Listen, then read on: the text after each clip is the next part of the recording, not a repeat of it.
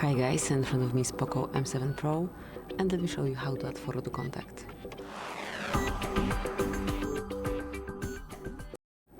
So at first open your phone gallery, then go to contacts panel if you are not here, then select the contact that you want to personalize, mark edit, select add picture, and now you can either grab a photo right now by tapping on camera, you can choose something from the gallery, you can pick anything from your Google Photos, you can create monogram, or add some illustration.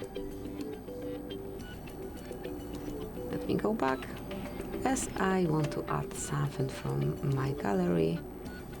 So once you pick the photo, you can customize it however you like, zoom in and out, then you can also rotate it if you want, and then tap on choose. To save it, just mark save, and this is it. As you can see, photo is assigned to this contact. Thank you for watching, please subscribe our channel and leave the thumbs up.